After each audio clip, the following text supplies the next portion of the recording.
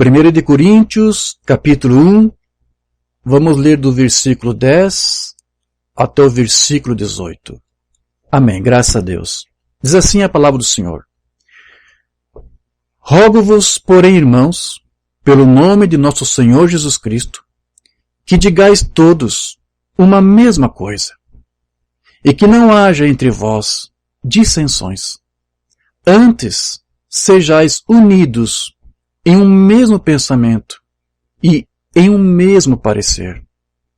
Porque a respeito de vós, irmãos meus, me foi comunicado pelos da família de Cloé que há contendas entre vós. Quero dizer com isto, que cada um de vós diz, eu sou de Paulo, e eu de Apolo, e eu de Cefas, e eu de Cristo. Está Cristo dividido? Foi Paulo crucificado por vós?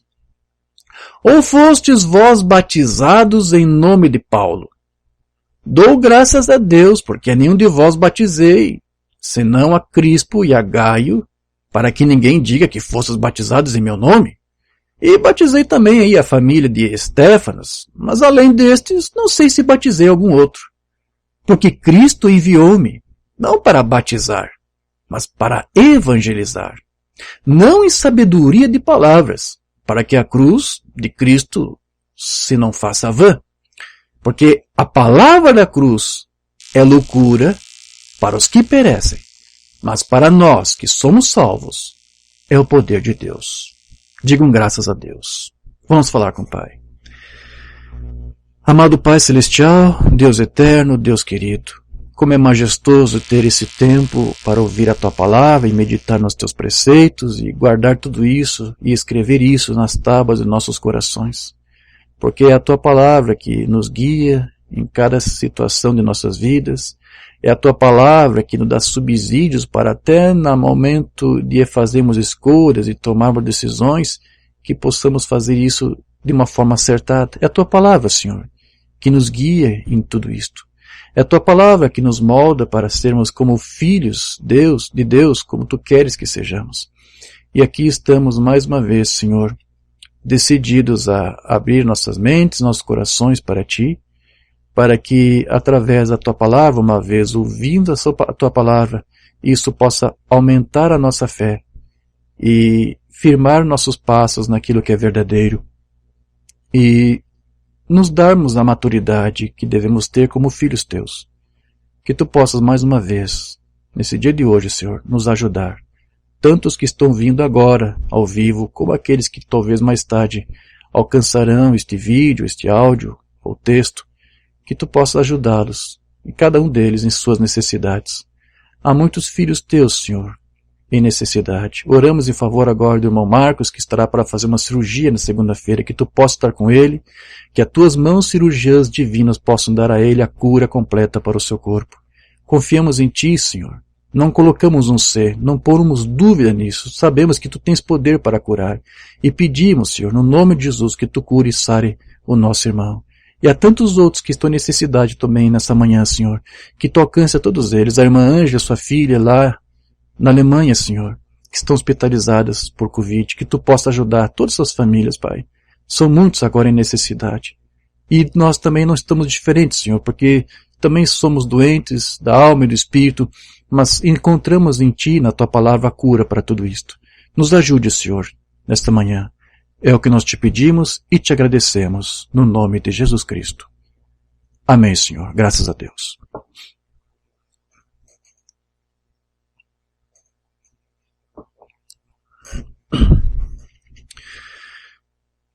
Bom, meus irmãos, veja que essa escritura que nós lemos aqui da igreja de Corinto, você sabe que era uma igreja que tinha muitos problemas, sim. Paulo estava ali observando algumas panelinhas que estavam se formando naquela congregação, naquele tabernáculo lá em Corinto, de alguns grupinhos que estavam se formando. E isso porque ali alguns membros, ao invés de estarem se identificando com a fé apostólica que estava sendo dada, que estava sendo revelada, estavam em desacordo em vista de alguma outra situação que eles ouviram, ou que eles escutaram de algum outro irmão ou ministro.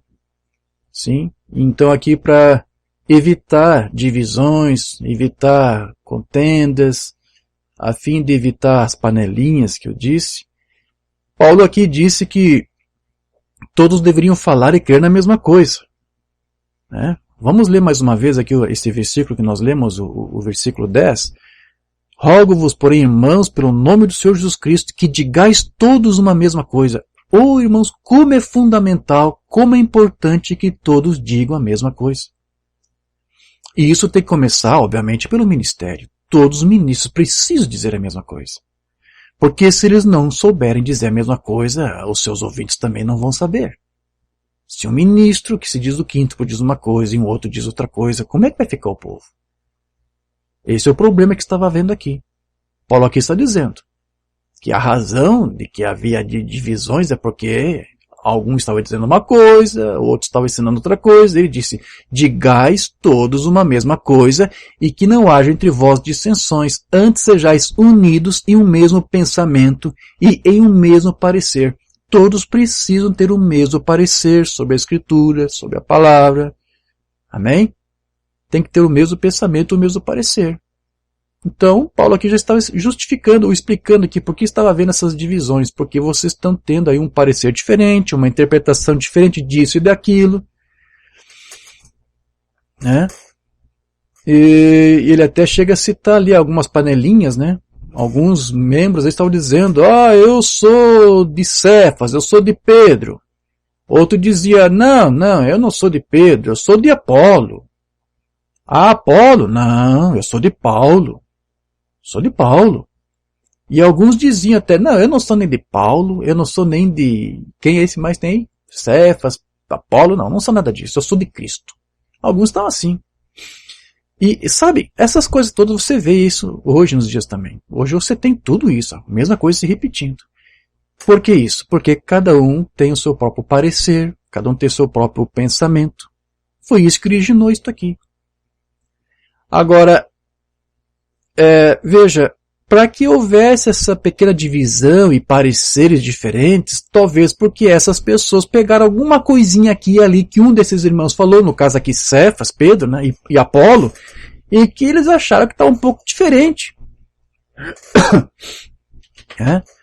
E eles pensaram, olha, e talvez eles fizeram isso. Bom, nós sabemos de Cefas. Cefas, realmente Pedro, ele realmente fez alguma coisa diferente, né? Do pouco que nós sabemos, do pouco que temos registro. Talvez houve mais algumas coisinhas que Pedro tenha dito ou falado que não estava de acordo com a mensagem de Paulo. Isso era normal? Olha, a explicação que Paulo nos deu é convincente. Paulo disse que, da mesma forma como a Cefas, a Pedro, foi dado a ele o ministério da circuncisão, ele disse que a ele, a Paulo, a mim, foi dado o ministério da incircuncisão. Ou seja, havia duas mensagens naqueles dias ainda. Havia uma mensagem específica para a igreja gentílica e havia uma mensagem específica para os judeus. Os judeus que estavam ali em Jerusalém, que quisessem continuar guardando a lei, até poderiam. Mas não havia mais necessidade. A lei toda foi cumprida em Cristo. A lei era uma sombra dos bens vindouros que se cumpriram em Cristo. Então, os gentios que nunca viveram debaixo da lei estavam mais fáceis a se desapegar de uma coisa da qual nunca estavam familiarizados, ou sequer conectados, ou ligados, não tinham uma aliança. Os gentios não tinham uma aliança com Deus, os judeus tinham. Então, para os judeus era muito difícil desfazer, se desvencilhar da lei. Um dia eu quero fazer um estudo só sobre isso, sobre a lei. Eu sei que anos atrás preparei um esboço longo aqui, peguei todos os sermões do Mambando, ele falava sobre a lei, fazer uma distinção entre a lei e graça, lei e graça. Eu separei um monte de material, deu mais de 20 páginas, 30 páginas, não sei. Esse arquivo simplesmente sumiu do meu computador, desapareceu. Então eu vou ter que começar do zero outra vez. Porque é um tema que nós temos que abordar também. Faz falta ainda no meu ministério esclarecer sobre esses pontos, né? As obras da lei. Então um dia vamos tratar sobre isso, né? Se o Senhor nos permitir, ao seu tempo. Amém? Então havia ali uma divisão realmente baseada em algumas opiniões. E você sabe que houve uma coisa ali que aconteceu até nos bastidores e Paulo fez questão de expor isso a público. Houve uma ocasião em que Pedro estava ali na Ásia Menor, acho que foi na Galácia ali, né? Estava ali ou em outro lugar, não sei onde foi, talvez Paulo diga onde que foi. Pedro estava ali com eles, ceando, jantando, almoçando ali com os gentios, né, recém-convertidos, e de repente veio uma seita rabínica lá, uma seita messiânica lá de Jerusalém, e antes que eles pegassem Pedro ali comendo com aqueles gentios, ele já foi logo se afastando, soltou, pulou da mesa, né? E se juntou lá com os judeus e ficou afastado. Paulo teve que repreender Pedro face a face e publicamente, dizendo, você está errado. Você está errado. Por que Paulo teve que fazer aquilo ali? Porque ele sabia que aquele tipo de atitude poderia ser instigada por outros. Outras pessoas, ao vendo isso, poderiam fazer a mesma coisa. Aqueles judeus lá do Evangelho de Circuncisão estavam na mensagem deles, mas eles não poderiam fazer isso. Enquanto estivesse com os gentios, ou enquanto os gentios estivessem com os judeus, eles tinham que tratar uns aos outros como irmãos. Nem o judeu tentando converter o cristão gentio à circuncisão, e nem tampouco deveria o gentio convertido tentar convencer o judeu convertido a abandonar a lei. Se ele quisesse continuar na lei, tudo bem. Porque esse evangelho da circuncisão estava com os dias contados. Ele, na minha forma de expor, esse evangelho tinha um tempo curto. Ele terminou quando o templo foi destruído. Quando o templo foi destruído ali, o judaísmo, a conexão entre judaísmo e cristianismo devia ser cortado nesse sentido de aliança, de lei, de mosaica. Os ditames da lei mosaica deveriam ser rompidos definitivamente. Então hoje, para você ser um cristão, você não tem que estar guardando o sábado, praticar circuncisão, nada disso. Você não precisa disso. Então havia essa discordância ainda por causa desse evangelho. Mas mesmo assim, Paulo teve que repreender Pedro. Porque ele disse que isso não estava correto, e isso poderia suscitar, como eu disse aí, más práticas, e talvez isso estava sendo sugerido ali na igreja de Corinto. Esse povo ali que estava dizendo, sou de Cefas, eu quero crer que talvez eram alguns judeus que viviam ali no tabernáculo de Corinto, não sei, que estavam ali convivendo entre os gentios. Mas quando soube dessa prática de Pedro, Pedro estava comendo com os gentios, de repente se afastou porque viu que estava errado. Sabe, eu acho que vou fazer a mesma coisa que Cefas. Cefas está certo. Eu não vou me misturar aqui com os gentios. Vou ficar aqui isolado, né? Talvez lá na congregação, se havia banco, não sei como é que eles se reuniam, né? E alguns judeus se isolavam, os gentios ficavam lá no fundo, lá atrás, né? Aí eles olhavam para aquele irmãozinho, aquele judeu convertido lá atrás, e já vi que ele é de Cefas, não quer se misturar com nós os gentios.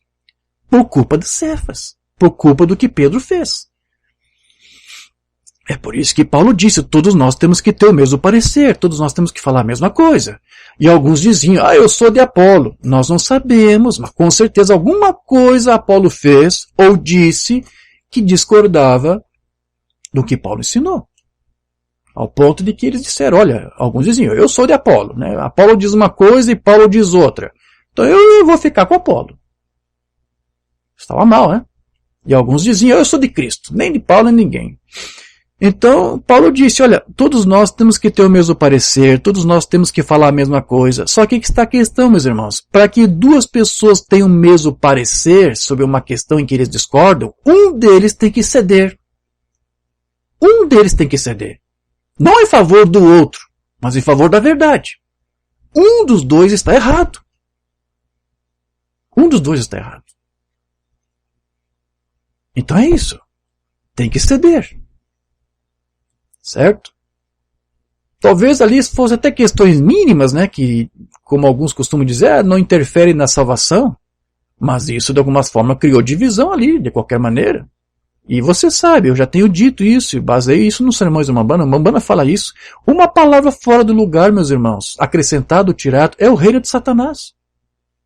Por isso que você tem que dizer e ter o mesmo parecer. Como disse Paulo, porque isso vai criar problemas, cedo ou tarde vai criar problemas. Certo? Tanto para ti como aqueles que te ouvem. Então, quando Paulo disse que todos deveriam falar a mesma coisa, significa que um dos lados deveria ceder. Certo? Amém.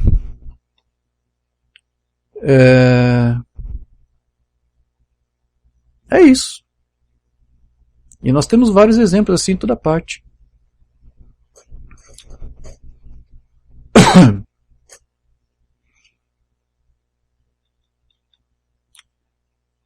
Graças a Deus.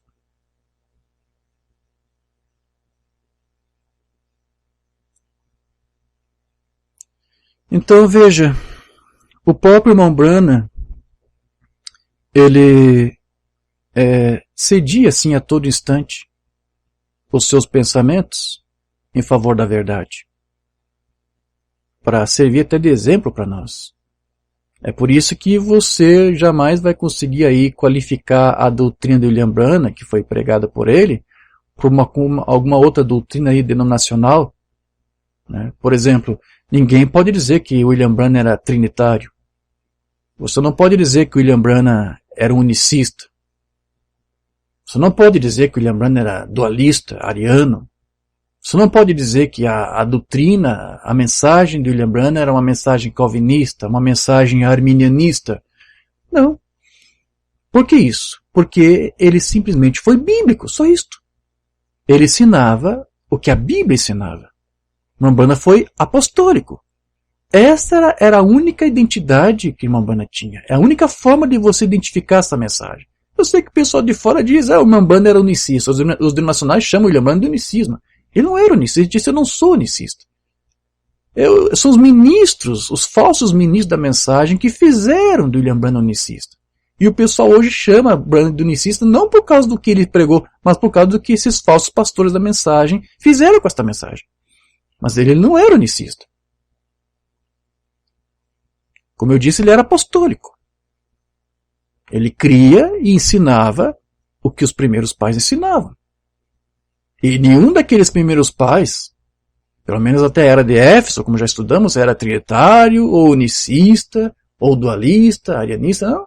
Essas doutrinas não existiam na primeira era. O que eles tinham lá? A fé apostólica, só isso.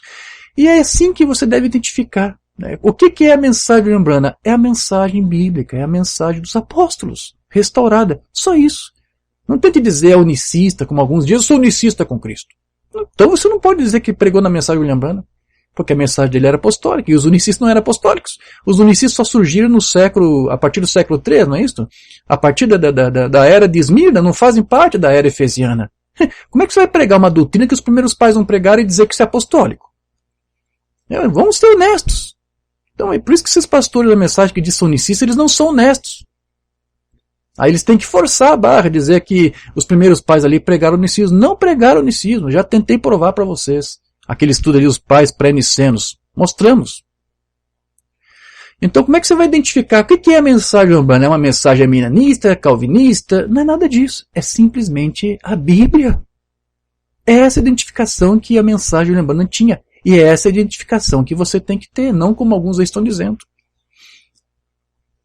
Certo?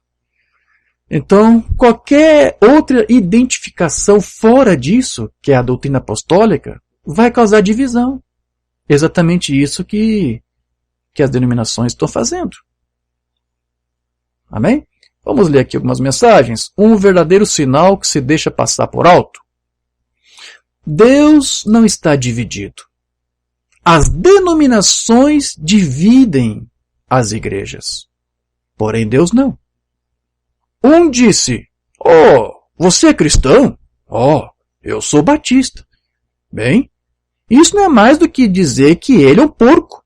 Eu sou um porco, eu sou um cachorro, eu sou uma mula, eu sou um cavalo. Diz, eu sou metodista. Bem, isso outra vez não é mais do que um porco para Deus. Eu digo, você é cristão? Para ser cristão, você deve ser como Cristo, abrigando a deidade em você, com o Espírito Santo como caiu no dia de Pentecostes. Não alguma emoção, porém eu quero dizer um verdadeiro Pentecostes, está vendo? Correto. Eu sou pentecostal, eu sou unicista, eu sou trinitário, eu sou... que coisa! Isso não é mais do que dizer que você era alguma outra coisa. Não significa nada para Deus. Isso divide. Tem ministro na mensagem dizendo, eu sou unicista com Cristo. Isso divide. Isso não significa nada para Deus. Significa a mesma coisa de uma mãe que você dizer que você é um porco. Se você não pode dizer que você é um cristão porque você crê na fé apostólica, então fique calado. Porque qualquer coisa que você disser além disso vai criar divisão, vai criar contenda. Você vai estar com o mesmo espírito lá daqueles crentes lá de Corinto. Então veja, se todos estivessem cedendo às suas teologias, seus pontos de vista, ao Evangelho de Cristo, ao Evangelho apostólico, sim, irmãos, todos enxergariam a mesma coisa. Não é verdade? Todos entenderiam da mesma maneira. Todos falariam a mesma coisa. Porque é a doutrina apostólica de Cristo que vai fazer isso. A doutrina apostólica de Cristo, uma vez aceita, vai fazer com que todos enxerguem igual. Não vai ter essa coisa dizendo aquela luz de Gênesis era o Filho. Oh, Deus conversou com o anjo quando disse haja luz. Veja o que os pais ensinaram. Irineu disse, o Cristo existiu antes da luz. E antes de Irineu era discípulo de Policarpo. Policarpo foi discípulo de João Batista, de João, o evangelista, o apóstolo. Então, se Irineu disse que Jesus era antes da luz, então ele aprendeu isso com os outros pais. Nunca poderia ensinar uma coisa que agora alguns estão dizendo que não é bíblico. Antes mesmo de Irineu, né? Melito também, acho que foi no ano 120, ano 170. Ano 170, bem ali na divisa, fim da era de Éfeso. O Filho existiu antes da luz, de Gênesis 1:3. Então, quando você vai para a fé apostólica e você fala o que os primeiros pais disseram e fica com o que eles disseram, não há mais divisão, porque você não vai inventar outra coisa. Ou se você pensasse alguma coisa diferente deles, por você ser cristão, você vai ceder, você vai capitular, você vai voltar atrás. E por amor à tua própria alma, a ti mesmo e aos que te ouvem, você vai ceder à verdade para que ela prevaleça. É a única forma de você evitar divisão. É a única maneira de você enxergar igual. É quando você esconde a tua vida, os teus próprios pareceres na cruz de Cristo. Fique debaixo da cruz de Cristo. Vá para os pés da cruz. Faça o teu eu ali morrer. Faça as tuas doutrinas de estimação morrerem. Teus pontos de vista de estimação morrerem. Faça morrer. E aí você põe fim à divisão.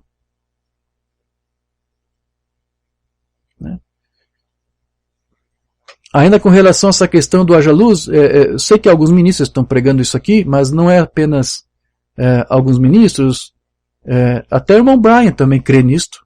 O irmão Brian crê que essa luz é o Filho, a luz de Gênesis 1:3. Mas eu nunca esqueço que uma vez, quando ele esteve lá conosco em São José, quando nós estávamos inaugurando o tabernáculo lá em São José, Santa Catarina, o pastor Walter pediu para que o irmão Brian viesse para consagrar o tabernáculo, e um dia antes, na noite, houve uma reunião ministerial, e eu estive lá presente, e houve um debate ali entre eu e o irmão Brian sobre essa questão, e ali o irmão Brian, ainda humilde, ele até admitiu, olha, eu posso até estar errado, mas essa é a minha melhor maneira de interpretar aquela escritura. O irmão Brian chegou até a dizer para nós. Mas só com essas palavras ele já estava admitindo que não é mensagem, porque se o irmão Branham tivesse dito isso, como é que ele poderia estar errado dizendo uma coisa que o irmão Branham disse? Então era melhor dizer que o irmão Branham estava errado. Se o irmão Branham está errado, então não tem problema, diga como ele disse. Se está errado, o problema é dele. Vamos falar como ele falou. Mas ele disse, eu posso estar errado. Quando ele disse isso, eu posso estar errado, ele já estava admitindo. Não é um ensino do irmão Branham. O irmão Branham não ensinou isto. É a minha opinião, é a minha melhor maneira de interpretar essa escritura. E isso tem criado, infelizmente, uma divisão. Ali nos irmãos de Peru, por exemplo, alguns irmãos de Peru pensavam que esta luz era o Filho, porque o irmão Brian chegou a dizer alguns estudos. Então, quando nós trouxemos esse tema ali à tona e depois pusemos aqui também, não para combater Brian, mas porque eu soube que alguns ministros aqui também estavam ensinando, e eu vi vídeos de ministros da África vindo até o Brasil ensinando isso. Então, achei por bem expor isso abertamente, para esclarecer aqueles que ainda queriam ser esclarecidos. Mas então alguns irmãos lá do Peru, por exemplo, que estavam sempre desconfiados com isso, se sentiram libertados quando a gente esclareceu isso. Eles viram que não era uma suspeita falsa, eles admitiram que então eles estavam corretos. Realmente, isso não é correto. Mas alguns preferiram ficar com aquela opinião do irmão Brian, porque pensam que o William Branham ensinou aquilo. É uma pena. Então, como eu disse, neste caso, o que você tem que fazer? Tem que ceder. Tem que ceder ao quê? A um ou outro? Não, a palavra. Veja o que a palavra diz. Veja o que a Bíblia diz. Porque senão vai haver esse problema. Então, como eu disse, se todos estivessem cedendo suas teologias ao Evangelho de Cristo, todos enxergariam a mesma coisa, entenderiam tudo igual, enxergariam tudo igual. Umbanda disse lá na mensagem Perdão, eu lhe digo, tome um metodista, tome um batista e um presbiteriano e um luterano e um pentecostal e deixe que cada um entre debaixo desse sangue. Eles são irmãos.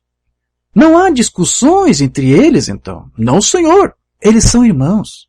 Eles enxergam tudo igual. Quando você cede os seus pontos de vista e se rende, né? Quando você vai para debaixo da cruz de Cristo, então todos enxergam igual. Porque já não é mais o teu eu ali querendo ganhar espaço, não é mais o teu eu ali querendo sobressair, não é mais você tentando provar tuas convicções, não é mais você. Agora é Cristo ali vivendo em você. Quando Cristo ali, quando o eu morre ali debaixo da cruz, aos pés da cruz, quando você submete à cruz, aí o teu eu vai embora, morre. Né? A tua carne realmente aí é circuncidada. E o seu coração. Então, aqui o Umbanda diz, então todos eles começam a enxergar tudo igual. Mas deixa o metodista começar a contender com o batista quanto ao batismo. Deixa o unitário contender com o trinitário. Ou o trinitário com o unitário. E outros mais. Observe a contenda e o cabelo eriçar-se. Mas deixe ambos entrarem debaixo da cruz. E observe o que acontece. A doutrina apostólica toma o seu lugar. Amém? Mas veja, meus irmãos, é impossível chegar a uma unidade com os demais irmãos, ou mesmo com Cristo, a menos que primeiro se supere aí a todas as doutrinas, todas as teologias do homem que só causam divisões. Porque é o homem que causa divisão no corpo de Cristo. Amém? Mensagem Uma Vida Oculta em Cristo, de 55. As constantes palavras de Jesus, não temas. Eu sou aquele que estava morto e está vivo novamente, que vive para sempre. Não temas. Obtenha essa atmosfera ao seu redor. Obtenha a atmosfera. Agora, ele é metodista, ele é um unicista, ele é um trinitário, ele é isso ou aquilo. Tire isso da cabeça. Oh, eu amo, ele é meu irmão. Ela é católica, ela é protestante, ela é uma... Tire isso da sua mente. Crie uma atmosfera ao seu redor. Você nunca vai fazer isso se destacando neste outro átrio. Você tem que entrar em Cristo primeiro, viver em sua presença. Está debaixo da cruz.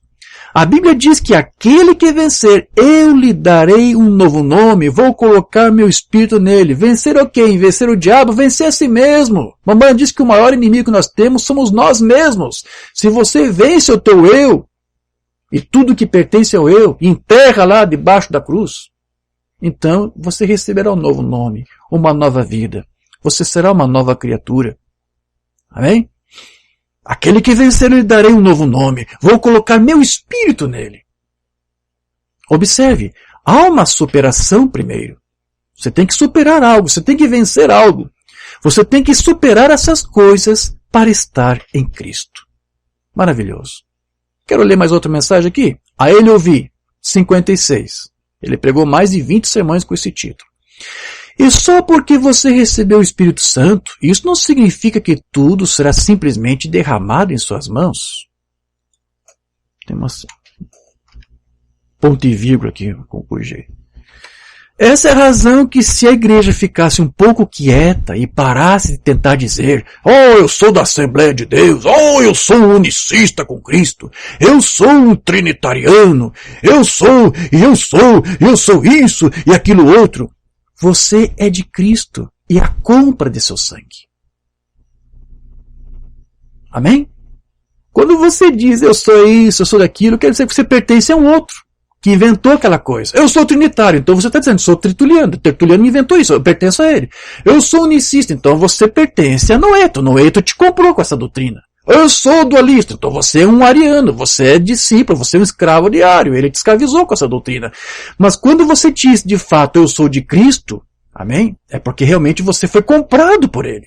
Enquanto você tenta usar uma outra identificação fora do evangelho apostólico, que Cristo revelou, você vai se demonstrar ser escravo, você tem que ser servo dele. Mas se você é de Cristo, você é alguém que foi comprado pelo seu sangue. Eu não tenho o direito de romper amizades com pessoas assim. Eu não vou romper amizade com alguém que não crê como eu. Certo? A menos que esteja vivendo uma vida errada e desenhe cercas ou barreiras. É verdade, alguns vão criar uma barreira, uma cerca por causa daquela sua opinião particular e privada. E aí você não pode fazer nada. Tem alguns até que criam essa cerca e ainda dissimuladamente até te procuro, converso com você, mas isso não é correto. Eu até não gostaria desse tipo de companheirismo. Não acho bom isso. Veja, somos todos um em Cristo Jesus, pois por um Espírito somos todos batizados em um corpo, o corpo dos crentes. Então, meus irmãos, as divisões, elas servem somente, como o irmão Brana disse aqui, para afastar o Espírito Santo da igreja. E para afastar também os sinais e os milagres para longe do povo de Deus. Então é uma estratégia do diabo. Deus não pode operar em um local onde há divisão. É por isso que Paulo disse, todos vocês têm que ser do mesmo parecer. Porque se vocês pensarem uma coisa diferente, ensinarem algo diferente, aí o diabo encontra o lugar. Encontra espaço.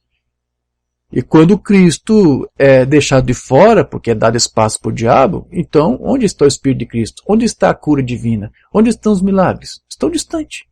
Essas coisas fogem. Certo?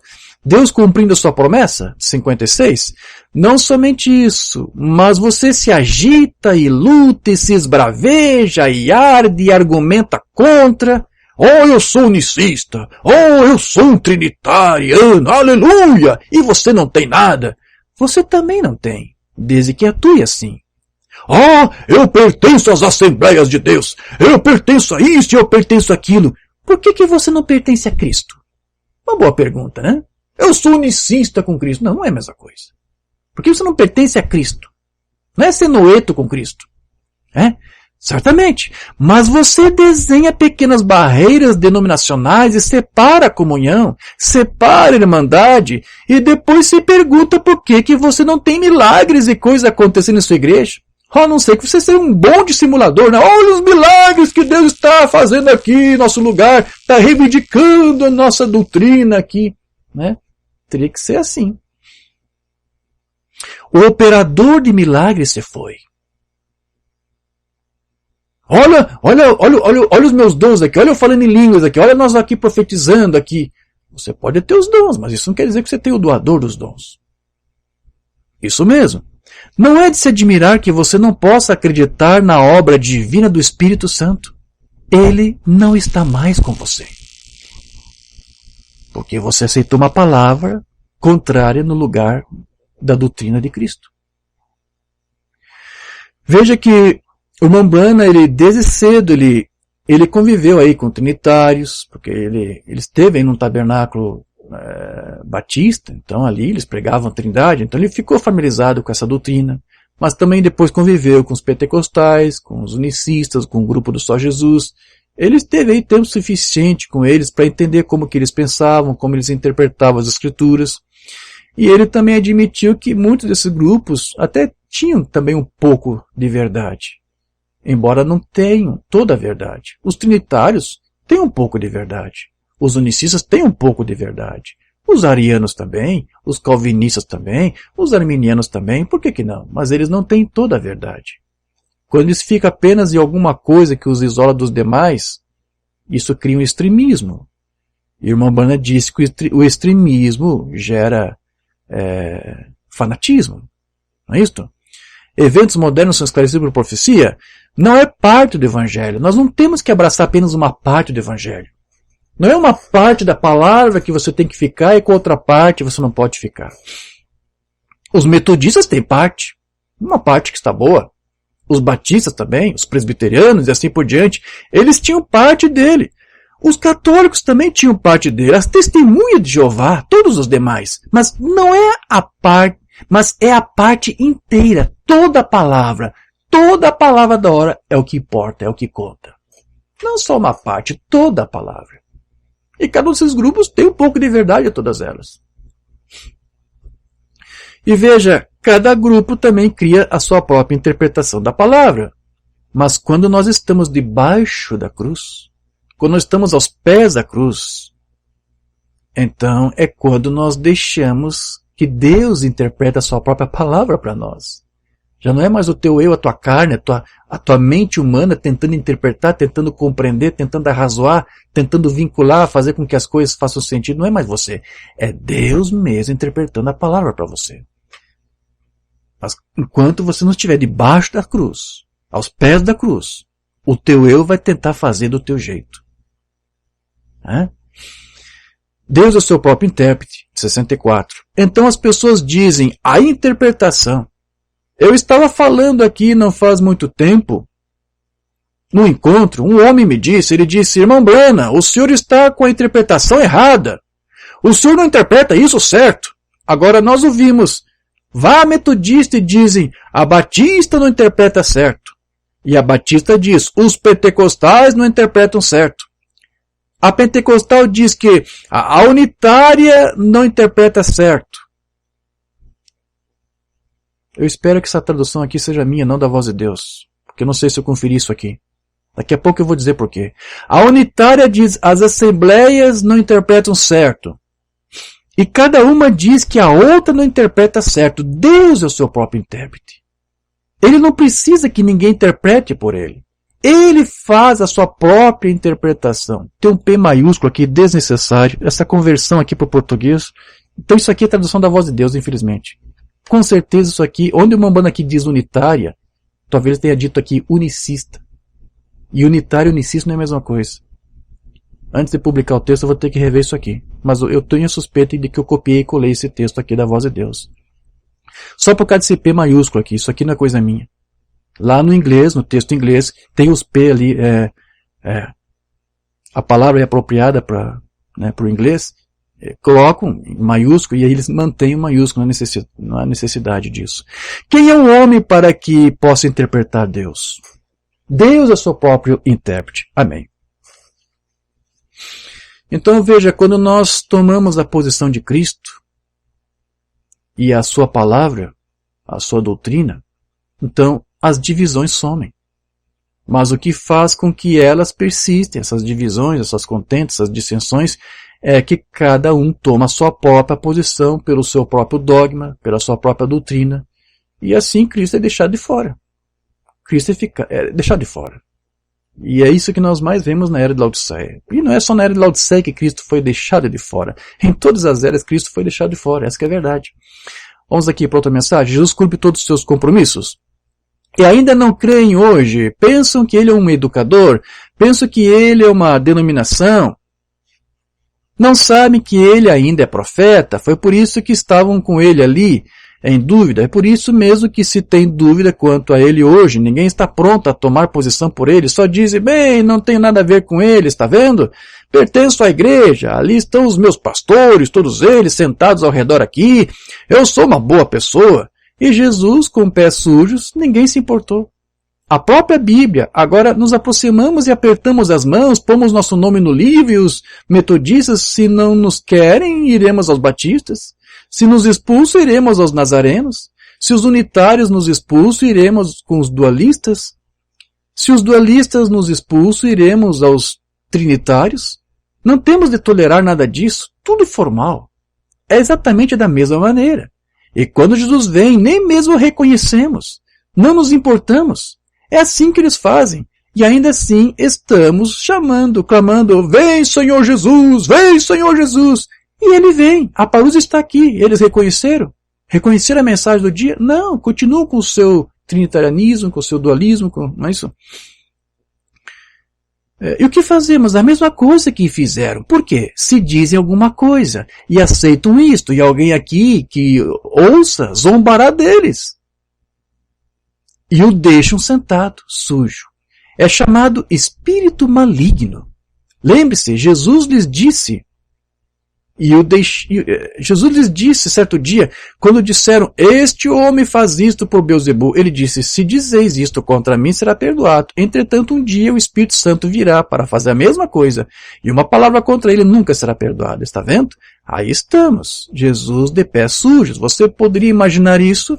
Você poderia imaginar pessoas que afirmavam amar a Deus e tinham ficado tão confundidas em seus credos e suas denominações e ismos? Então veja, sempre quando Deus envia um reavivamento de sua palavra, como nos fez agora nos trazer essa mensagem apostólica restaurada, as igrejas se voltam justamente para a própria coisa que Deus amaldiçoou, que Deus condenou. Não era para os tabernáculos todos estarem pregando a mensagem apostólica, e eles se voltaram para a própria coisa que Deus amaldiçoou. A doutrina unicista é uma doutrina amaldiçoada. Mambana disse, é um espírito ímpio e dogmático, e o povo da mensagem se voltou para esse espírito ímpio e dogmático do unicismo. A grande maioria se voltou para o unicismo. E assim que eles fizeram, eles colocaram o Cristo para fora dos seus tabernáculos. E o avivamento se extingue. Não foi isso que Mambana disse no livro das Eras? É o diabo que permite isso para que o avivamento se extingue. Mensagem Quem Dizeis Serei, 64. Ouçam, todas as vezes que Deus envia um mensageiro e dá início a uma mensagem, e quando essa igreja, quando esse grupo de pessoas se volta para a festa denominacional, aí é onde eles o fazem. Foi aí onde vocês das assembleias o fizeram. Foi aí onde vocês unitários o fizeram. Foi aí onde o resto de vocês o fizeram em sua festa denominacional, lançando-se bem de volta a mesma coisa que Deus amaldiçoou desde o princípio. É exatamente a verdade. Todas as vezes que a igreja teve um revivamento, no tempo do Lutero, então, o que aconteceu? Metodistas abandonaram, né? E foram para o metodismo. Por todo o decorrer das eras, Zwingli, Finlay, Finney, o restante deles todos, quando eles tiveram um revivamento, o que fizeram eles com isto? Lançaram-no diretamente em uma festa denominacional e se arrastaram para dentro com o resto deles, colocaram uma marca em vocês como o resto deles e se dividiram. Era isso que Paulo quis evitar lá em Corinto. Tenham todos o mesmo parecer. Escondam-se debaixo da cruz de Cristo. Eu mesmo só tento pregar aquilo que é Cristo, para que a cruz de Cristo não seja em vão. Então vocês passam a ter um bando de homens controlando-os. É isso que foi lá. E é isso que está sendo hoje. O Espírito Santo não pode mais avançar. Você começa a pregar alguma coisa que a Bíblia ensina, e a denominação não crê nisso. Colocam-no imediatamente para fora. Tente isto uma vez e veja se é verdade ou não. Vocês verão que é a verdade. Vejam na festa nacional todas as vezes que eles são chamados a isso, daquela festa de Balaão, o problema se estabelece, Lutero, Wesley, os pentecostais, e todos eles são vítimas disso. Amém. Meus irmãos, vou querer abrir um parênteses aqui agora, só para tratar de um assunto aqui que para mim, eu acho extremamente necessário e importante. Até tem a ver com uma pergunta que o irmão me fez sobre algo que o Mambana mencionava. Porque se você prestou atenção em algumas leituras que eu fiz aqui, e alguns sermões aqui do Mambana que eu li para você, Mambana faz menção dos unitários. E lá no livro das Eras, Mambana mencionou os unitários como um grupo extremo que fez oposição aos trinitários lá no Concílio de Nicéia. Você lembra disso? Ele disse que no Concílio de Nicéia estava os trinitários de um lado e os unitários do outro. Meu irmão me perguntou esses dias quem é exatamente esses unitários. Mas antes eu quero ler algo aqui que o Mambana disse lá no livro das Eras. Lá na página 7 e 8, o Mambana vai dizer assim: eles não acreditavam em 3 deuses no princípio da igreja. A doutrina de Tertuliano não era apostólica. Isso só foi lá no 3º século. Os primeiros pais nunca pregaram um Deus de 3 cabeças. Você não pode encontrar esse tipo de crença entre os apóstolos. Não, com certeza que não. Foi após a era apostólica que essa teoria foi introduzida e realmente tornou-se um debate e uma doutrina fundamental no Concílio de Nicéia. Lá, os trinitarianos debateram essa doutrina de Tertuliano, que o próprio Tertuliano foi considerado por eles um herege. Não é incrível? É absurdo, não é? Então, a doutrina da divindade causou uma dissidência em 2 direções. E dessa dissidência surgiram 2 extremos. Por que isso? Porque teve um povo dizendo lá, eu sou de Tertuliano, eu sou disso. Pronto, está feita a divisão.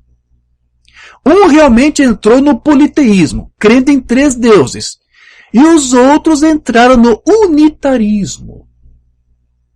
Presta atenção nisso aqui. Eu quero chamar atenção para isso aqui, porque isso aqui é importante aqui.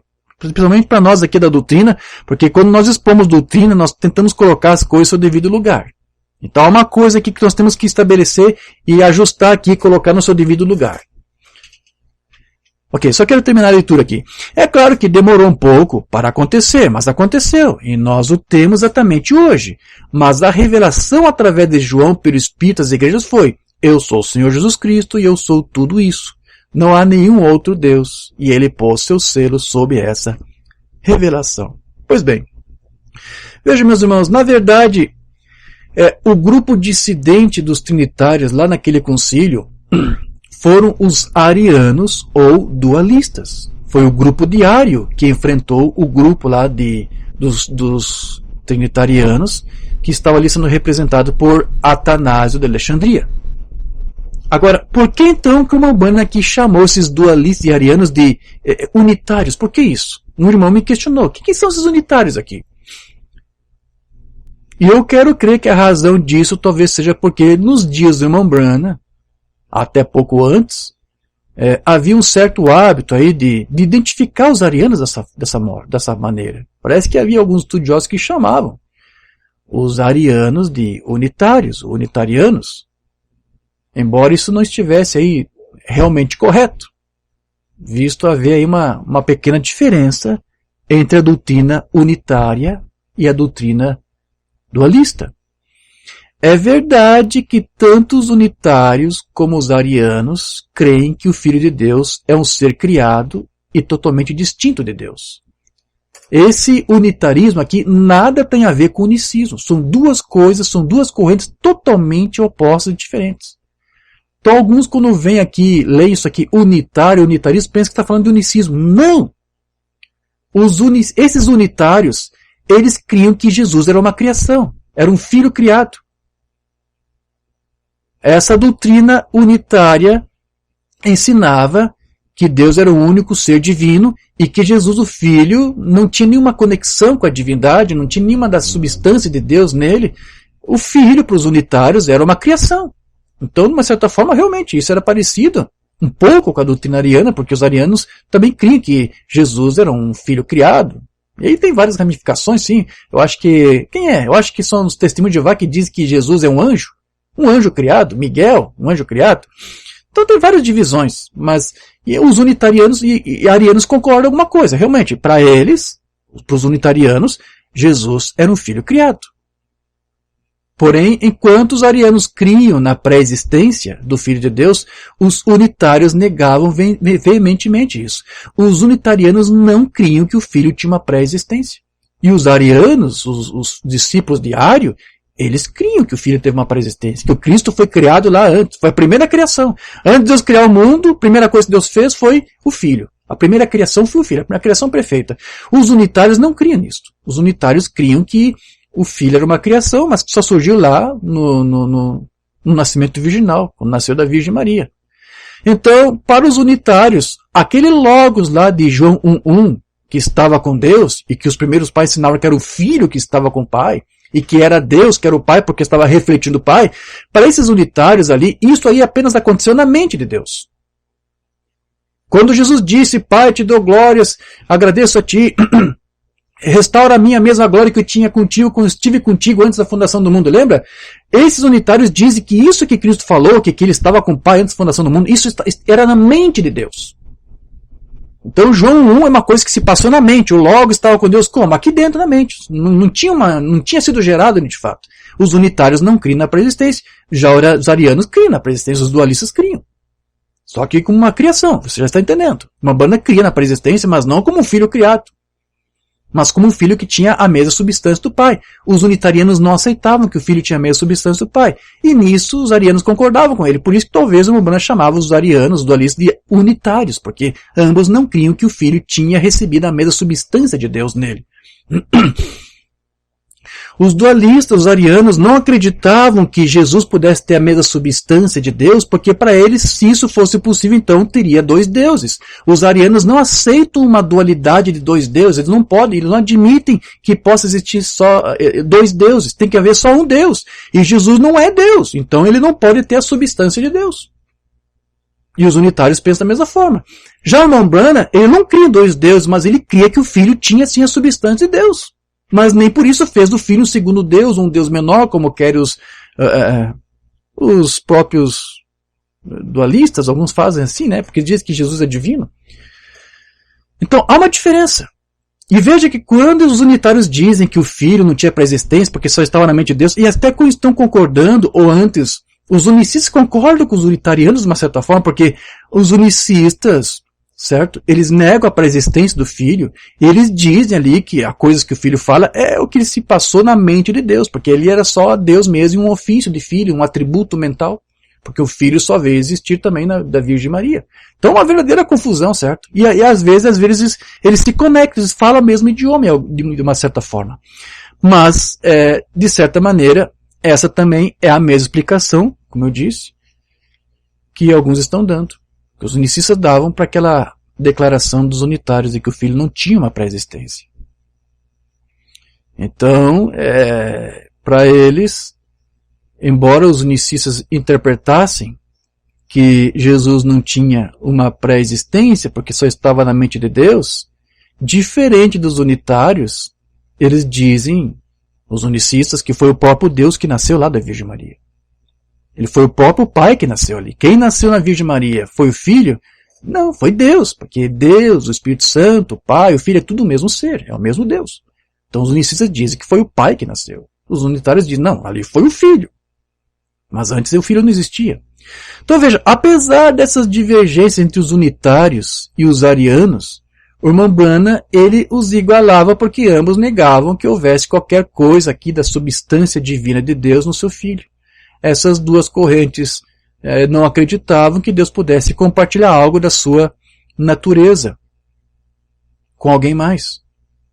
Então, para ambos, somente Deus, para os unitários e arianos, dualistas, somente Deus era divino, sem ter compartilhado nada da sua substância divina com seu Filho unigênito, de modo que o Pai, então, pudesse ser refletido por meio dele. Mas o Umbanda cria assim. Ele cria que o Filho tinha a mesma substância do Pai, porque isso está lá em Hebreus 1, está claro ali. E veja, o unitarismo, então, ele até se assemelha um pouco com a doutrina adocionista, que foi criada por Teódoto, lá por volta do ano 190 depois de Cristo. Teódoto, a doutrina adocionista, ensinava também que o Filho não tinha uma pré-existência. Eles negavam isso. Né? Com a diferença de que os adocionistas também não criam o nascimento virginal, porque o Filho, Jesus, só se tornou filho quando Deus adotou aquele homem, aquela criatura, Jesus, lá no Rio Jordão, quando Deus habitou nele.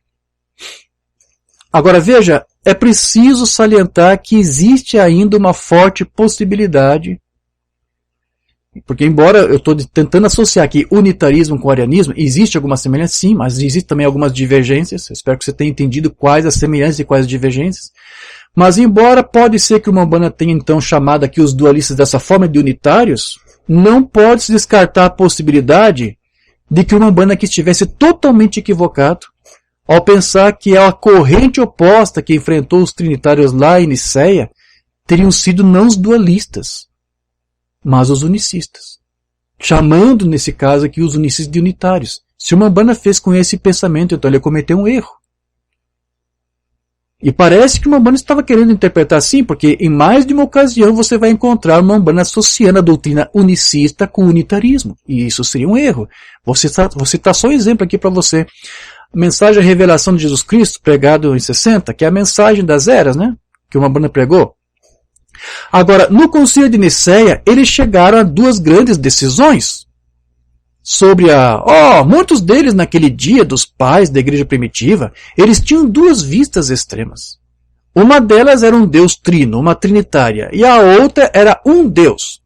E ambas vieram à existência e saíram em dois ramos retos, para fora sim.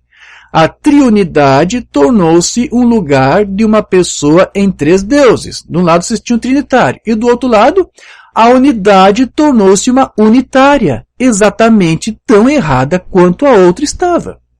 Ok, os dualistas também eram chamados de unitários. Mas será que o Rambam está se referindo aqui aos dualistas? Olha só o que ele vai dizer agora. Assim, ambas se foram em ramos. Porém, bem aqui revela-se a verdade. Jesus não poderia ser o seu próprio pai. Oh, temos um problema aqui. Você conseguiu identificar aqui? Aqui o Rambam está dizendo, olha, de um lado você tinha os trinitários que diziam que Deus se manifestava em três pessoas. E no oposto aos trinitários você tinha uma corrente que ensinava que Jesus é o seu próprio pai.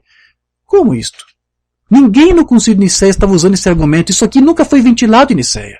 Os dualistas, os arianistas, jamais ensinaram que Jesus era o seu próprio pai. Não! Então parece que dá a entender aqui que o Rambam se equivocou pensando que a doutrina oposta aos trinitários que foi apresentada em Nicéia foi a doutrina de Noeto dos unicistas. E não! Se ele pensou isso com base nisso que está falando aqui, então o Rambam temos que admitir, ele cometeu um erro aqui.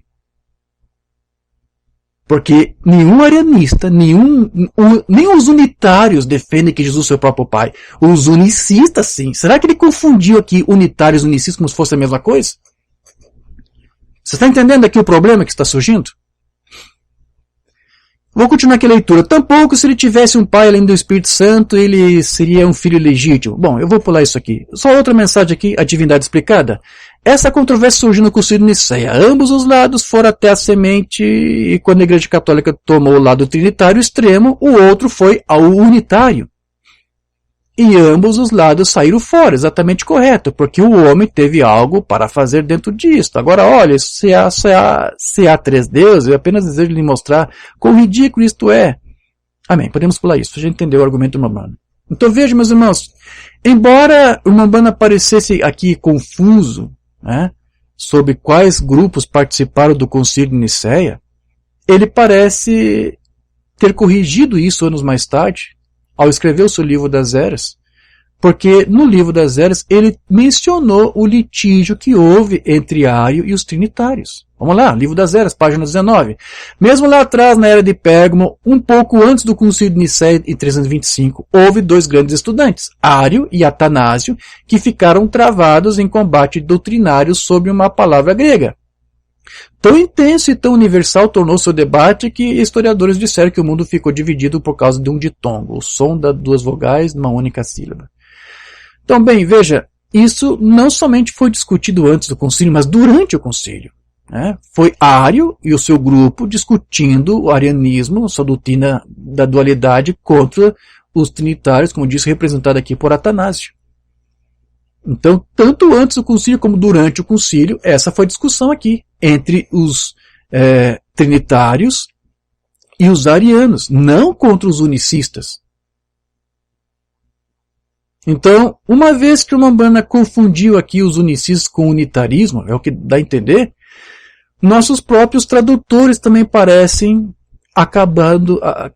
que acabaram também se embananando, se atrapalhando, ao ponto de traduzir, inclusive, a palavra oneness, em inglês, como o usava para unicidade, unicismo, eles traduziram essa palavra oneness, unicismo, por unitário. Isso seria um erro. Talvez até eu mesmo tenha feito isso algum tempo atrás. Se eu fiz isso, eu vou ter que me corrigir. Porque há uma diferença entre as doutrinas unicista e unitária. Eu espero que você tenha compreendido aqui a diferença. O unicista ensina que Jesus é o seu próprio Pai. O unitário não ensina que Jesus é o seu próprio Pai. O unitário ensina que Jesus é um ser distante, diferente do Pai, uma criatura que o Pai criou, que é semelhante à doutrina ariana. Mas não é a mesma coisa. Então, quando você vê uma banda falando oneness lá em inglês, o tradutor da voz de Deus tem que tomar muito cuidado. Se você traduzir oneness por unitário, porque a doutrina unitária não é a mesma doutrina unicista. Vê por que eu achei necessário expor isso aqui para nós ter as coisas certas no seu devido lugar. Eu achei vários sermões da voz de Deus traduzidos errado. Vou só citar aqui duas aqui. A fé das trombetas. Parágrafo 101. Não tinham dito isso no decorrer desta era? Estão vendo a perfeita continuidade da Escritura? Aqui estamos vivendo nisto, os mistérios até mesmo do batismo no nome do Senhor Jesus e longe da ideia dos unitários. Rambam não disse isso. Lá no inglês, Rambam disse oneness, ou seja, longe da ideia dos unicistas.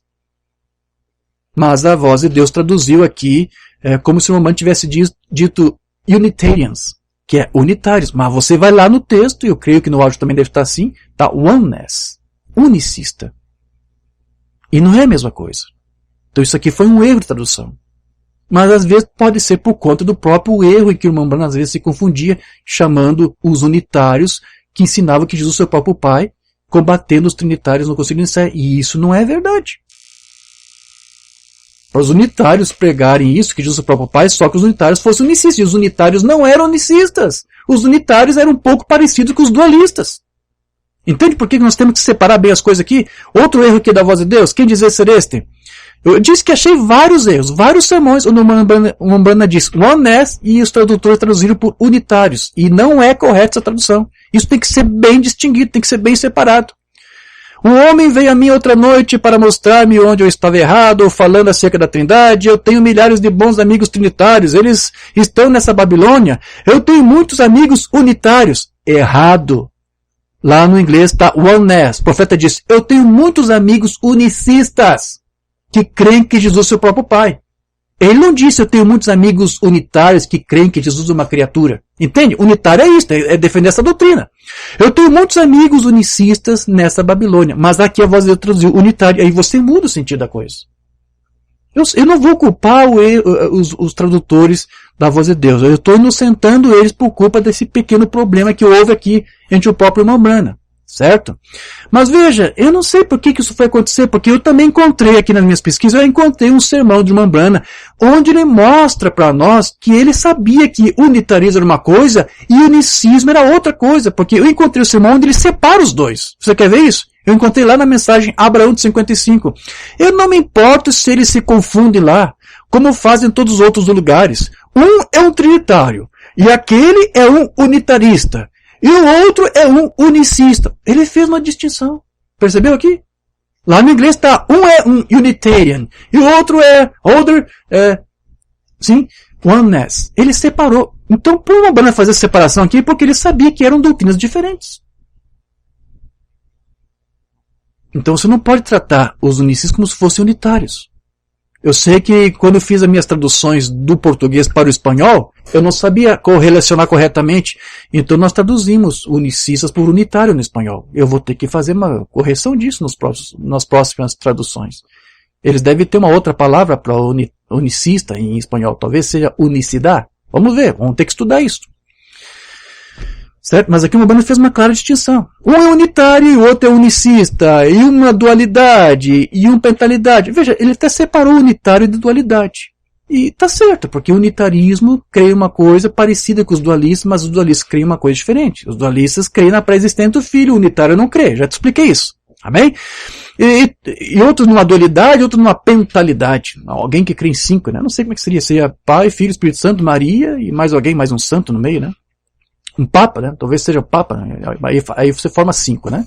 E todos esses altos e baixos e escrúpulos e seus batismos e assim por diante, todas essas coisas. Veja, o próprio irmão Olivei, eu fui fazer uma pesquisa nos sermões do irmão Olivei. Como é que o irmão Olivei fez? Em algum momento ele confundiu a palavra unitário com unicista? Nenhuma vez. Dos sermões que temos disponível até o momento transcritos, em nenhum momento o irmão Olivei confundiu unitarismo como se fosse unicismo. Eu encontrei um sermão do irmão Olivei, inclusive, que ele fala, foram poucas vezes que ele citou o unitarismo, e ele fala do que os unitários creem. Eu achei isso lá na mensagem, garimpando lá nos seus sermões, identificação número 14, que ele pregou em 99. Agora, deixa-me dizer uma coisa, isso não é difícil de aceitar, porque os filósofos dizem a mesma coisa, eles podem obter isso de Paulo, onde Paulo fala com os pagãos e nos rebaixa, todos como filhos de Deus. Então agora o filósofo diz, e o cientista cristão, e o unitarista, e o restante deles, eles dizem, deixa-me dizer uma coisa, Jesus era um homem. E aí o irmão Olivei diz, isso é exatamente correto. Sim, né? Jesus era homem. O cientista cristão, aquela cientista cristã, lembra? Irmão Branham, vou provar para o senhor que Jesus era um homem. Me prova? Jesus chorou. Bom, irmão Branham não foi contra, né? Sim, tá certo. Ele foi um homem quando chorou. Mas ele era Deus ali encarnado, quando ele multiplicou pães e peixes, quando ressuscitou Lázaro. Então aqui o irmão Olivei diz, o unitarista ensina que Jesus é apenas um homem. Essa é a doutrina unitária. Jesus, ele não teve sequer uma pré-existência, ele só foi criado ali quando nasceu da Virgem Maria, era um homem, depois Deus se manifestou através dele. Então, o irmão Liveio tinha essas coisas bem, pelo que eu entendi aqui nas pesquisas que eu fiz, ele tinha essas coisas bem distintas, bem divididas. Né? Amém. Outro sermão aqui, onde há um erro de tradução aqui da voz de Deus também. O que faremos com esse Jesus chamado Cristo? Não estou perguntando às Assembleias de Deus e a unitária. Outro erro aqui de tradução. Mambana não falou de unitarismo. Eu espero que essa altura agora você já entendeu o que é unitarismo, o que o unitarismo ensina. Lá no texto inglês eu fui lá e Mambana aqui diz oneness. Ele falou do unicista. Tá bom, voz de Deus? Não falou dos unitários. Não estou perguntando às Assembleias de Deus, aos unicistas, é o que ele disse lá, mas aqui na voz de Deus está unitário. A Igreja de Deus, a metodista, a batista, a presbiteriana, eu estou perguntando a você, como indivíduo, o que você faz com o sangue de Jesus Cristo? O que faremos com esta ungida palavra de Deus que está bem diante de nós hoje? Que sabemos que é para ser, é o Cristo, a promessa da hora. O que vamos fazer? O que você fará com ela? Não o que a sua igreja faz com ela. O seu César e o seu Herodes não tem nada a ver com isso. Isso não desculpou a Pilatos. Não, Senhor, não, Senhor. Amém? Queremos que já podemos fechar aqui o parênteses nessa questão aqui para esclarecer a diferença entre unitarismo e unicismo. Mas agora voltando aqui para esse nosso tema, porque aqui uma banda diz, olha, não importa se você é trinitário, se você é unicista, se você é metodista, batista, o que você faz quando você se depara com a palavra revelada? O que você vai fazer? Você vai persistir com as suas próprias opiniões para criar divisão, ou você vai se esconder debaixo da cruz de Cristo para que Cristo tenha preeminência em você e sobre a tua própria teologia de estimação? O que você vai fazer? Porque aqui ele disse, ele cita a questão de César, né? Ah, o César e os Herodes aí não tem nada a ver com isso. Isso não desculpou a Pilatos, não, Senhor. O que uma banda aqui está falando? Vamos lá, vamos entender isso aqui, meus irmãos. Vamos aplicar isso aqui para você entender o que o profeta aqui está falando. Porque hoje nós temos muitos Césares. Nós temos muito. Vamos trazer para a mensagem que é melhor? Esqueça denominações. Esqueça ali Noeto, esqueça aí os pais aí das denominações. Vamos trazer para a mensagem. Dentro dessa mensagem nós temos muitos Herodes, nós temos muitos Césares nesta mensagem. E cada um desses Césares, cada um desses Herodes, como a banda aqui está chamando, eles criaram seus próprios reinos, seus próprios impérios, com a sua própria iMessage. Lembra daquela mensagem que nós pregamos? Prega a sua própria mensagem à la carte, né? As suas doutrinas e estimações, para satisfazer o gosto do cliente. Nós temos muitos aí Césares, Herodes, alguns até se chamam literalmente assim, né, César? Nós temos muito disso. E eles também têm os seus garçons para servir essa ração à la carte para o povo, para os clientes que gostam daquele tipo de ração ali. Agora veja, algum desses garçons, desses ministros que eles estão ali pregando essas doutrinas dos seus Herodes, dos seus Césares, eles estão ali pregando essa mesma doutrina até por respeito e consideração por esses Césares lhes terem dado o cargo que eles têm, porque eles estão ali porque o César lhe deu, os seus Herodes lhe deram. Então eles estão ali exercendo o seu cargo. E sabe, alguns desses garçons aí, dessa refeição à la carte que os Césares e os Herodes estipularam na mensagem, alguns desses ministros aí, eles até conseguem vislumbrar um pouco da doutrina. Alguns até conseguem crer nessa doutrina apostólica que nós pregamos. Mas muitas vezes, a maioria deles acabam não cedendo a essa doutrina. Acabam não cedendo a esta fé. Porque eles têm receio dos seus Herodes, que os instituíram lá. Então eles tentam deixar a coisa de lado e dizem, não, eu vou ficar com o meu Herodes, com o meu César, porque afinal eu estou aqui, né? E eles tentam achar que isso está tudo bem. Romana disse, Pilatos não foi desculpado pelo que ele fez. Pilatos ele sabia que não havia nada errado em Jesus. Mas o que foi que ele fez? Inocentou Jesus e o libertou? Não, ele teve que crucificá-lo. Né? Para não criar o mal-estar com César, para não criar o mal-estar com Roma, para que o seu sistema continuasse andando, as engrenagens continuassem rodando tudo normal. Então, para que nada fosse quebrado no sistema, Pilatos teve que crucificar Cristo e lavou as mãos dizendo, olha, a culpa não é minha, a culpa é culpa César. Porque alguns ameaçaram Pilatos, certo? Olha, esse aqui se diz ser rei. Se você deixar ele solto, então nós vamos comunicar a César que você aceitou um outro rei além dele. A coisa ficou feia pro lado do Pilatos, sim. Então, para não quebrar a sintonia, a harmonia perfeita lá com Roma, ele teve que crucificar Cristo. Nós temos muitos ministros assim. Dentro da mensagem, nós temos ministros que até conseguem aceitar algumas coisas, mas não conseguem se render. Porque ele sabe que se render vai quebrar a harmonia com seus Herodes, com seus César, que instauraram. Tem medo de perder seus cargos, tem medo de perder seus vales refeições, como dizia o irmão Branham. Então, por amor a seus César, suas doutrinas, seus Herodes, eles continuam sacrificando e crucificando a palavra. Como Pilatos fez. Mas aqui o irmão Branham disse, Pilatos não foi desculpado pelo que ele fez, mesmo botando a culpa em César. Esses ministros que conseguem ver um pouco de verdade no que pregamos e rechaça em favor dos seus Césares, não estão desculpados. Não estão inocentados. É isso que o irmão Branham quis trazendo. Então vejam, meus queridos, só há uma coisa então que nos aproxima de Deus e de Cristo, da sua palavra, do seu reino verdadeiro, que é quando nós encomendamos e escondemos as nossas vidas no único lugar seguro que existe, que é debaixo da cruz. Amém? É lá que todas as divisões e diferenças desaparecem. É lá. E não você ficar razoando. Não, meu pastor aqui crê, né? Meu pastor aqui crê lá, como esse pastor que tem lá. É um pastor unicista, né? Essa luz aqui de Gênesis 1:13 é o filho. Então, se ele diz que é o filho, eu vou pregar, porque ele está dizendo isso. Eu lavo as minhas mãos. Pilatos não foi desculpado pelo que ele fez. E se você prefere ficar com essa doutrina de demônios porque o teu pastor unicista ensina isso, você não está desculpado. Sinto muito. Mas quando você se rende à cruz de Cristo, você se rende à doutrina apostólica, essas coisas perdem sua força. Perde o seu poder. Os grilhões que te amarram a isto são rompidos. A cruz de Cristo, o poder do sangue do Cordeiro, derramado ali aos pés da cruz, faz isto quando você vai ali e se aproxima dela. É lá, sob os pés da cruz, meu querido, que todas essas divisões e diferenças desaparecem.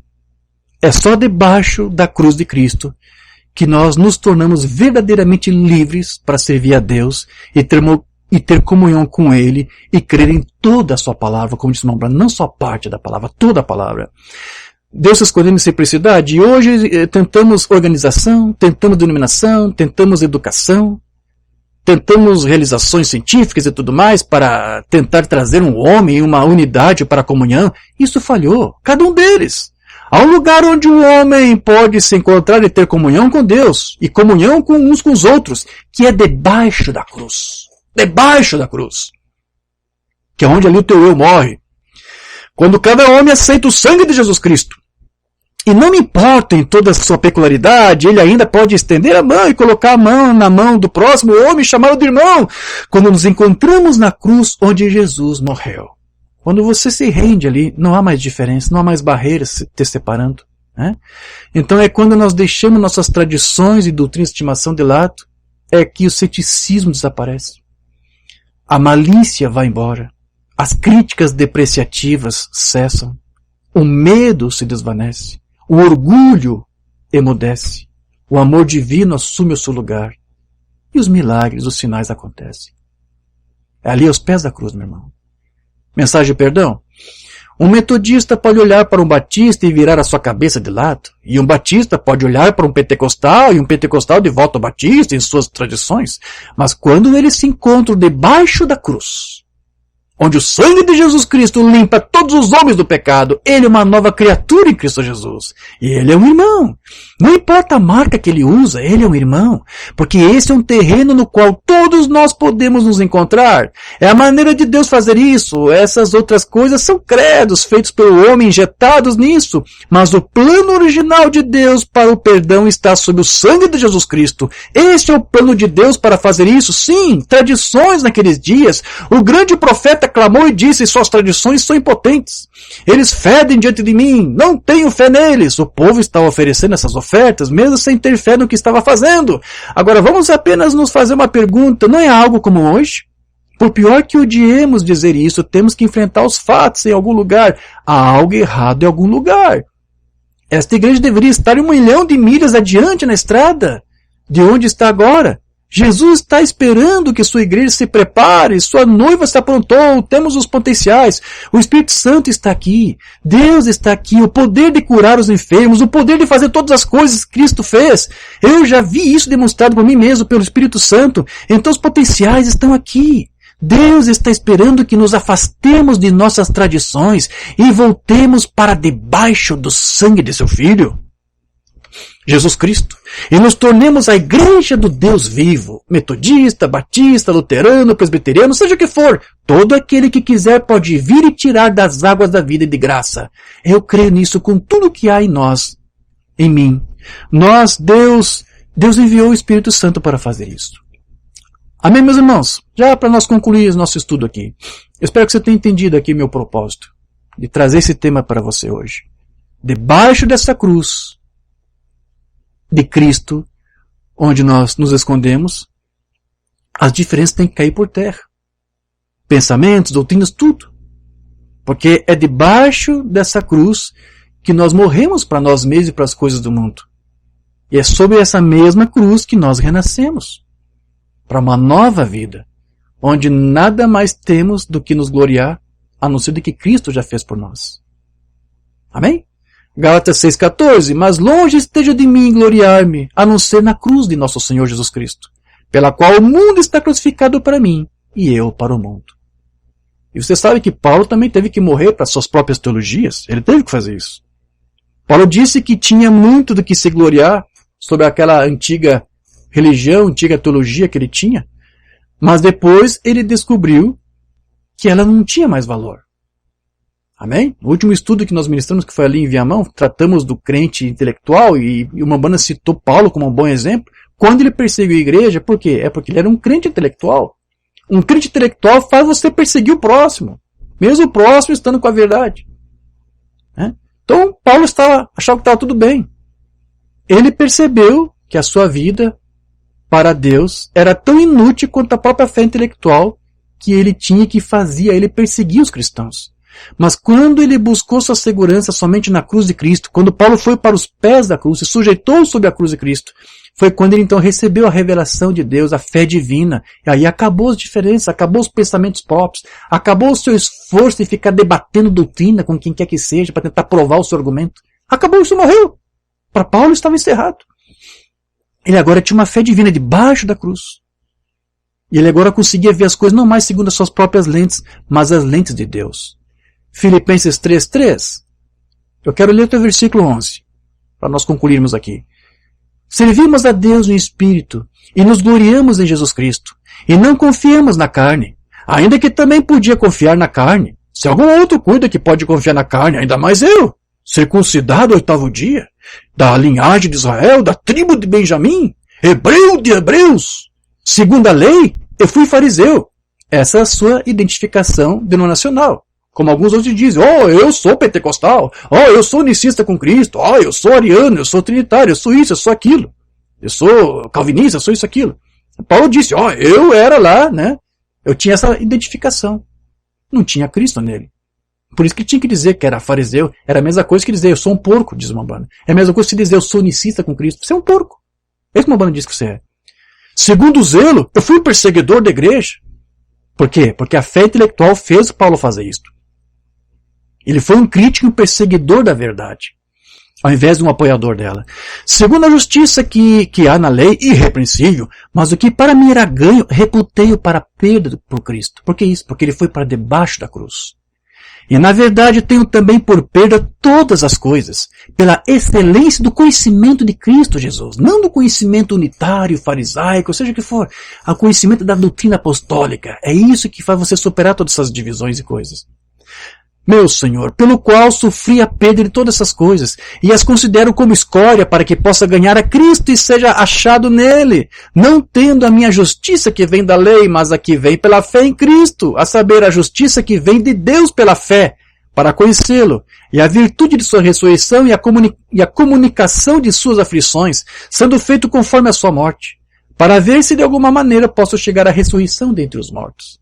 Então, só quem está aos pés da cruz é que consegue ouvir o Senhor. É somente debaixo dela que nós conseguimos nos tornar mais íntimos de Deus, e vemos o quanto nós mesmos somos indignos, o quão infantil nós nos tornamos quando discutimos doutrina. Como disse Molivé, assim, discutir doutrina é coisa de criança. Então, doutrina, meus irmãos, não é para ser discutida. Doutrina é para ser crida e ser vivida. Nós devemos viver o que cremos, e não somente falar. Certo? Quando João esteve lá aos pés da cruz, Jesus falou ali baixinho, com uma voz baixa, porque ele não podia mais gritar, já estava cansado. Né? Ele viu Maria ali, ele disse, olha, esse é teu filho, esse é tua mãe. Mas eu quero crer que João, a maioria dos discípulos tinham abandonado Jesus. Sim? João, um dos poucos que estava ali ao pé da cruz. Mas João, para poder ouvir exatamente o que Jesus estava dizendo ali, ele teve que se aproximar bem de Jesus, porque a sua voz estava bem baixinha, já estava cansado com as dores da cruz, do martírio, do látego, do chicote, das câimbras que eram constantes. Tenta imaginar você uma dor de câimbra na perna. Você não estica a perna, faz um movimento ali para poder aliviar aquela dor, aquela câimbra. Na cruz, quando Jesus sentia câimbras, ele não tinha como aliviá-las. Aquelas câimbras cortavam sua carne. Ele já não tinha mais força, então ele não tinha mais voz. Né? Ele devia estar falando bem baixinho. João, essa mulher. Né? João teve que se aproximar para ouvir. Isso é uma lição para nós. Para você ouvir a Cristo hoje, você tem que estar ao pé da cruz. E você tem que ficar em completo silêncio para ouvir aquela voz doce e suave do Espírito Santo. Enquanto você tiver ouvidos para a tua própria teologia, você nunca vai conseguir ouvir a voz de Cristo. E você tem que estar aos pés da cruz para poder ouvir. A cruz fala de renúncia. Quando nós renunciamos ao nosso eu, a nossa vontade da carne, nossas teologias, então é que nós conseguimos ouvir mais ao Senhor. Nós devemos fazer como aquele discípulo fez. Ficar ali debaixo da cruz e ouvir o nosso Senhor, renunciando ao nosso eu, e obedecer e fazer a vontade de Deus em detrimento da nossa própria vontade. Mateus 16, verso 24. Se alguém quiser vir após mim, renuncie-se a si mesmo, tome sobre si a sua cruz e siga-me. Amém, meus irmãos? Quero ler essa mensagem aqui de Umbanda e já encerro. Leio essa mensagem aqui e encerro. Perdão. Me estendi um pouco demasiado hoje, sim? Não era a minha intenção, meus irmãos. É uma mensagem bem curta, bem simples, não era para te levar todo esse tempo. Mas, sinto muito, foi a ocasião. Mas eu leio isso aqui e concluo. Irmãos, deixe-me dizer isto a vocês esta noite. Não queremos que você se junte a uma igreja, mas eu estou lhe pedindo isto. Há uma coisa que temos em comum. Jesus Cristo. Ele é comum conosco. Nem todos podemos ser batistas, nem todos podemos ser metodistas, não podemos ser todos unicistas ou trinos, ou seja o que for. Nós não podemos ser isso. Mas há uma coisa que temos em comum, que é a oferta de perdão de Deus, seu Filho, Jesus Cristo. Temos todas as coisas nele, mas essa é a primeira coisa que devemos aceitar.